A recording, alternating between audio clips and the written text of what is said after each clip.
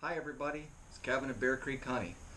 More winter projects are in store. Not a lot to do, so I like to piddle around in my wreck of a garage, combination storage shed, mechanic shop, and wood shop. But when I was doing my beekeeping during the summer, and doing splits and whatnot, one thing that I noticed that would come in handy if I had more of, and that's spare bottom boards, and top boards for that matter. But you got a double brood box, and especially with my single brood box hive management system that I'm using, you start off with a single brood box in the spring, set a second brood box on, and then when you want to split those two, you can take brood out of the bottom, put it on the top, even those two out, wait till the afternoon, take the top box off. But you need another bottom board to set that box on, even if it's just temporary and you just want a place to put it just temporarily while you do something. You can put a queen in it and make yourself another hive. You can just temporarily set it there and then take splits from that into nukes later. Bottom boards for nukes is also a really good idea. So today what I'm doing is I'm building myself 4 extra bottom boards for my hives.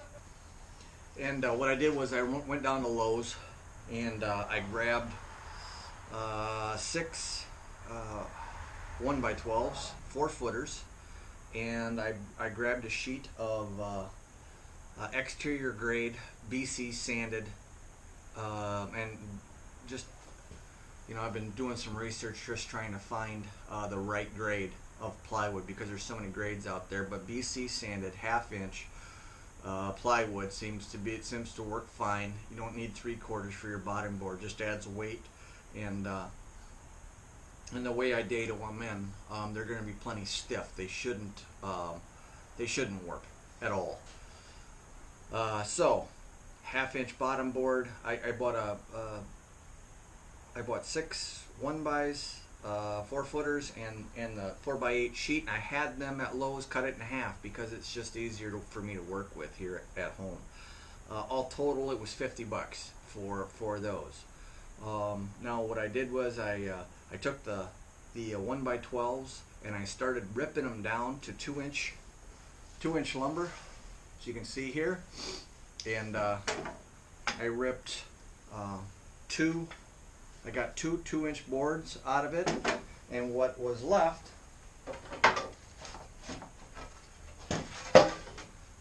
was this. And I was gonna just keep ripping it, and then I just kind of just quickly measured it, and this is 7 inches, which is 6 and 7/8 or 6 and 5/8 is your is a medium super dimension. So what I did was I ripped 2 of them down. I got the spare board here, and now I can make some supers out of this remaining material. I'm just trying to utilize the material. If I was to just buy this and rip it down for supers or for whatever, I wouldn't have the scrap wouldn't add up. Anyways, I ended up with I ripped 3 of them down. That gave me 6 boards, and I'm cutting those down to the dimensions for my rails. My 2 rails are going to be 19 and a half. You have a dadoed end board here. The ends will be rabbeted, and that's 3/8 of an inch. So 19 and a half plus 3/8. That gives you your 19 7/8, which is your outer box dimension. This year I'm making my boxes without a porch on it. If you want a porch, by all means add what you want, but my bottom board and my side rails and my back is going to match the exact dimensions of a 10 frame langstroth hive. This dimension here is 16 and 3/8, and then you'll have you know, 3/4 dado on each end, 3/8 of an inch in, and that'll give you your total 16 3/8 by 19 7/8. So I've already cut a bunch of these. I've got enough for 3. I also ripped the plywood down already, and you're able to get, I was able to get 4 hives out of it, 4 10 frame boxes, which are roughly 15 5/8 by 19 1/2. So I was able to get 4 out of a half of a sheet. So you're able to get 8. You can also use the other half for making your top covers if you so choose. Now that also leaves me with a little bit of scrap here, right here. And for this one, I think what's left over is 16 3/8. So that's big enough. I could probably get well, I could probably get a couple more out of this, just this sheet. So I could probably get 6 out of a 4x4 sheet. But this one I'm probably going to use and make it up into nukes, so smaller size. Anyways, these sheets right here, bottom board itself, these will fit in a, I'm going to be rabbiting right down the center, a 3/4 or a 1/2 inch dado right down the center, not rabbiting, 1/2 inch dado right down the center of all 3 boards, and then this will fit, this will slide right in, and it will actually add support, so you won't get warping. You'll have side rails and a back rail that this will be sitting in a channel, and you will have 0 warp of your plywood. That's why I went with 1/2 inch over 3/4. Number one, it's lighter for you for carrying around your boxes, and it's cheaper too. So without further ado, I've got this set up. I got one more cut to make here to make 2 side rails, so I'm going to do that right now.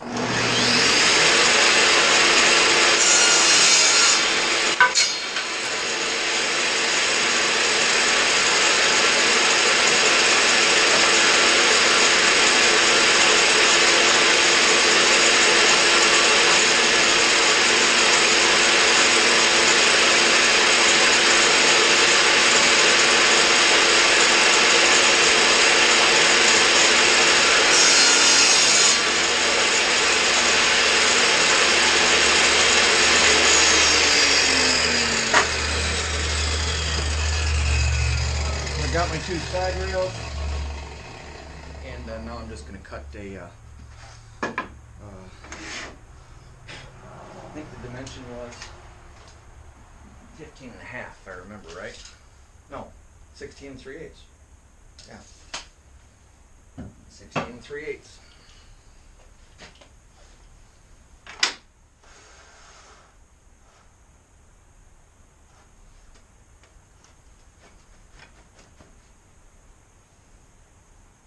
Okay, just looking for a clean end. That's how I usually, and I cut off the rough cut end.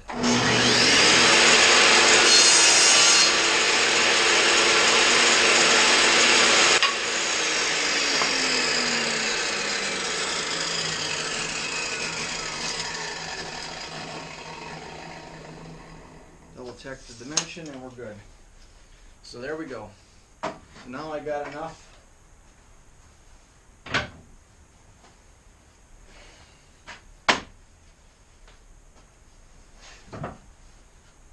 8 side rails and 4 back rail. You don't need a front.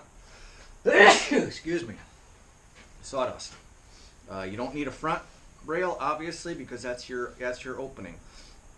Now, one of the things that I'm going to be doing on these, I'm actually going to, after I build it, and this is just for demonstration, but after I build this and get the plywood in, I am going to, on one side only, I'm going to put a center divider and a back board. It would be 3/4 of an inch. And what that's going to be for is so, because these are spares, I can use this as a spare bottom box for my 4x4 or my 4-frame, 4 side-by-side double 4-frame nukes. So that's why I'm doing this. The dado for this is going to go right down the center. So I'm going to have a 1/2 inch dado going down, and then I'll have 3/4 of an inch on each side. So I'll have that's your bottom board B space is 3/4 of an inch on each end. So that's my plan. Like I said, always good to have equipment that's double duty. So when I get this all done and put together, I'll kind of show you the end result. Okay, I got the dado set up for a 1/2 inch for a groove for the bottom board to fit in. And one of the things that you want to do before you start running a dado through all your good wood is to test fit everything. And this is just a scrap of my 2-inch wood, and I take a quick measurement just to see, and I've got 3/4 of an inch and 3/4 of an inch to each end. So that is centered perfectly on my board for my test fit. Next test fit you want to do is you want to grab a piece of your material and just see here, and just see how it fits. And that fits fairly decent. Not too snug, but not very. I barely can wiggle it, but that'll be just good. Put a little glue in there, staple it. It'll be just as good as a solid piece of wood. So we're going to go ahead and get started with these boards. Just make sure that you know, they're fairly straight, so I don't really have to crown them to make sure that you know, what side is beveled or not. They're really not long enough. So we're just going to get started. And so what I'm going to do is I'm going to run this down all the way through, and I'm going to have a groove essentially the entire distance on this rail. And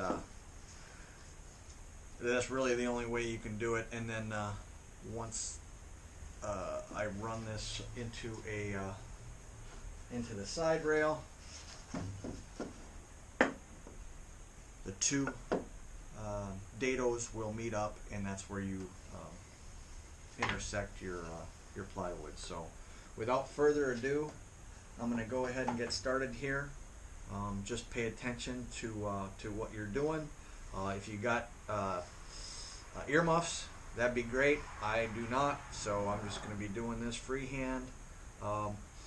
Again, I set my dimension. I should also point out here that I set my depth to 3/4 of an inch, which is half. Well, actually 3/8 of an inch. Excuse me, 3/8 of an inch depth. So which is half of the depth of the thickness of the board. So that you can get a decent bite. So that's it. Just going to double check. Yep, exactly 3/8 of an inch, so we're good there too. Okay, just going to get rolling here.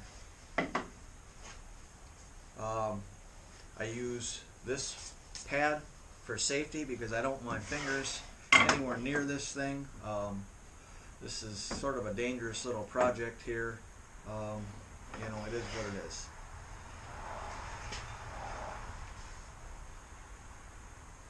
I also have a, there it is, stick, or another pad that I can use, secondary pad.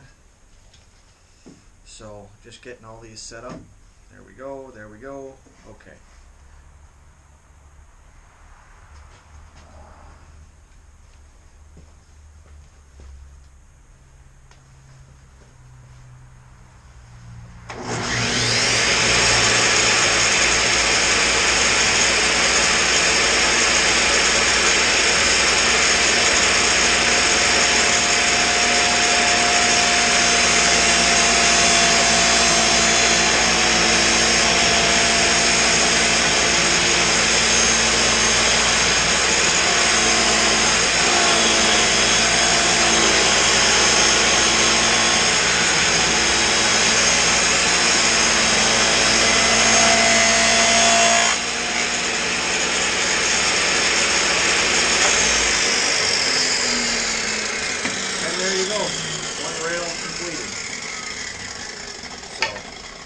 Finish these up and get it down. I should also mention that I put a it's not a safety rail, but it's a false rail made out of wood with these rockler clamps, and that's going to be good for when you start rabbiting, because the rail is going to be damn near touching the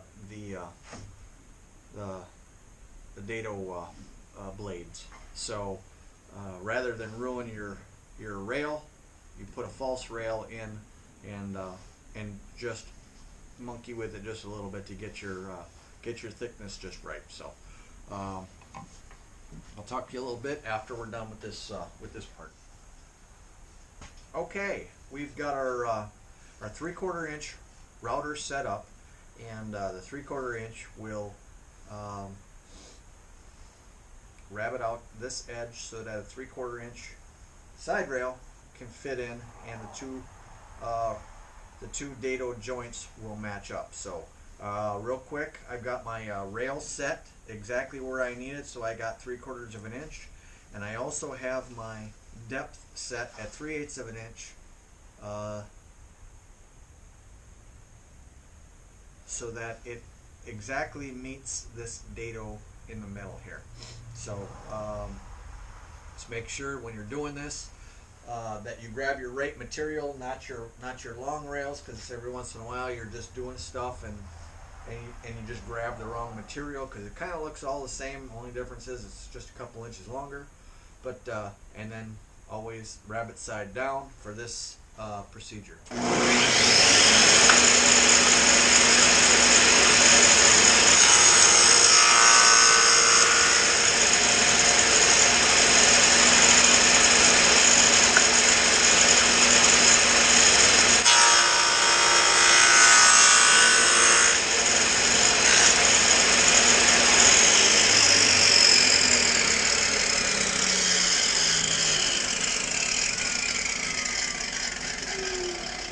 Okay, now you saw that I put it forward and backed it up. Sometimes it might rock a little bit, and it might get a little high spot in here. So in order for you to get a real tight fit, you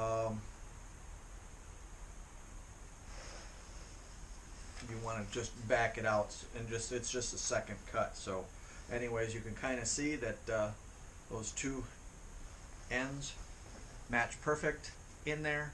We'll glue this, staple this together, and then slide our bottom board in, glue it, staple it, and we're done. So I'm going to continue on dadoing these out, or rabbiting those out, and we'll catch you on the flip side.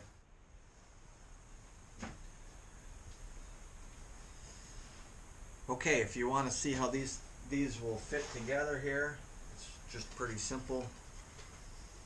Little jigsaw puzzle. It's pretty much exactly how it is. What we'll actually do is we'll slide this in.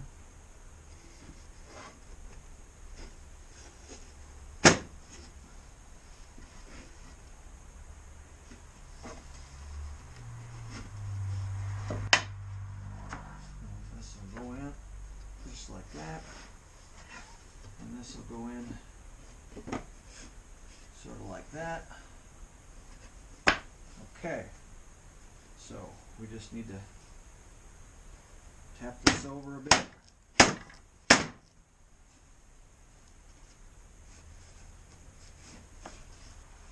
That's exactly how your bottom board will work. Now again, I'm going to say that I'm going to take the bottom board and I'm going to put a 3/4 inch shim across here and a 3/4 inch shim across here down the center, and then this will double as a for my double 4-frame nukes. So yeah, that's all there is to it. Okay, here we go. This is the bottom board, and there's the that's the bottom for a 4/4, and this is the bottom for just a 16-frame hive box, our brood box. So versatility, that's the key. Flip it over, and we can stick 4/4 nuke boxes. Now obviously I made this one without an entrance right here.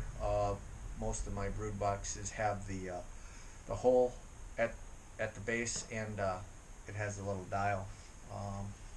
You've probably seen it in my other episodes, but that's it. Not so bad. 4 boxes.